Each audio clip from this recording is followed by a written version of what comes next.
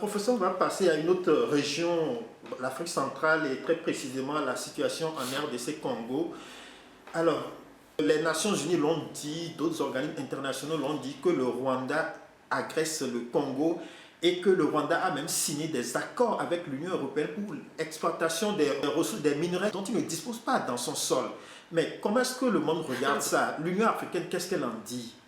L'Union africaine ne peut rien dire parce que aujourd'hui, le président Kagame fait partie des présidents les plus éminents en Afrique. Et on ne veut pas bousculer. Et Trump l'aime bien. Ah, mais le problème est que même si j'écoutais les explications de Boubacar Boris Diop qui est très impliqué dans la crise du Rwanda, mais avec le rôle qu'aujourd'hui certains génocidaires sont là-bas et que dans les armées, Kagame lui-même se défend en disant que c'est pour nous protéger et que les génocidaires ne reviennent plus. Mais je crois quand même il y a une sorte de clameur sur le plan international concernant Kagame et le Rwanda. Nous sommes d'accord qu'il faut plus d'intégration en Afrique pour que tous les Africains aussi puissent profiter des ressources et des richesses du continent. Mais tout cela doit faire l'objet de négociations. Ce n'est pas par la force. Nous ne sommes plus au Moyen-Âge où la force était le facteur d'intégration des États, où les stratégies matrimoniales jouaient un rôle pour l'intégration des États. Nous sommes à l'ère de la négociation et de la discussion. Ce Nanga-là, Corneille Nanga, moi, une fois que j'étais partie avec Pascal Couchepin pour aller pour une mission pour l'OIF, l'Organisation internationale. Nous l'avions rencontré, il dirigeait à l'époque la Sénat. C'était du temps de Kabila. Oui. Mais il était tellement critique que moi-même je me posais des questions. Vis-à-vis de qui? Corneille Nanga, qui aujourd'hui est... Il était critique vis-à-vis de qui? Vis-à-vis de l'État, vis-à-vis du fonctionnement des choses, etc. Et moi je me dis, c'est très compliqué, très complexe. Déjà au Congo. Je me dis, si ce grand Congo ne peut pas arriver à bout de cette rébellion, c'est parce qu'il y a un problème. Et tout le problème, c'est-à-dire tous les États, le Congo, le Rwanda, l'Ouganda, et la question des grands lacs se pose depuis plusieurs décennies. Maintenant, le moment est venu peut-être que chacun fasse un effort sur soi pour régler cette crise.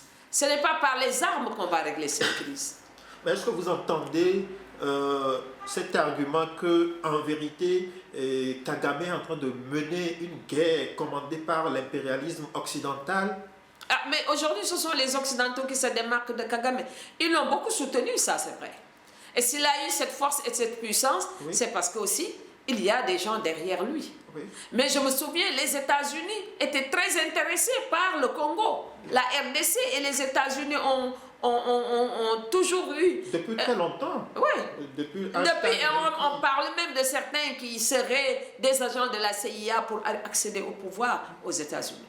Mais au Congo. Mais le problème est qu'aujourd'hui, les choses ont changé.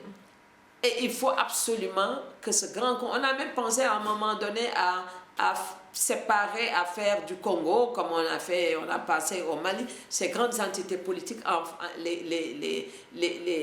comment on appelle ça, les démembrer pour faire un État fédéral.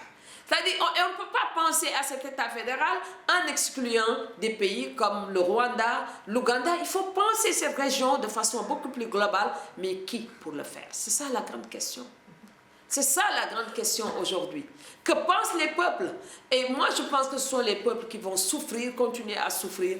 Mais Kagame, d'abord, doit, à mon avis, personnellement, cesser de soutenir, quels que soient ses arguments par ailleurs. Ouais. On doit aller vers un cessez-le-feu, arrêter de se battre et puis poser les termes d'un débat et d'un échange et comment justement résoudre ça. Je pense que maintenant c'est devenu tellement flagrant que lui-même il est à bout d'arguments. Quand on lui pose des questions, il répond de manière évasive, il dit je ne sais pas, alors qu'avant il était dans les dénégations constantes.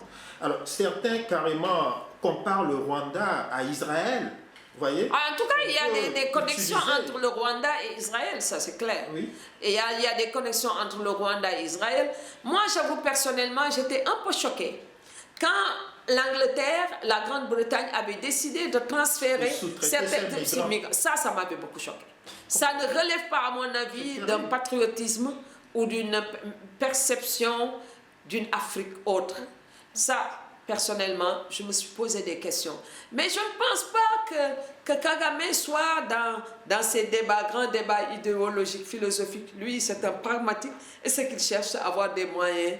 Je crois qu'il doit être traumatisé par le génocide, avoir des moyens pour que le génocide, plus jamais de génocide au Rwanda. Je crois que c'est l'histoire du Rwanda qui explique la personnalité de Kagame. Oui.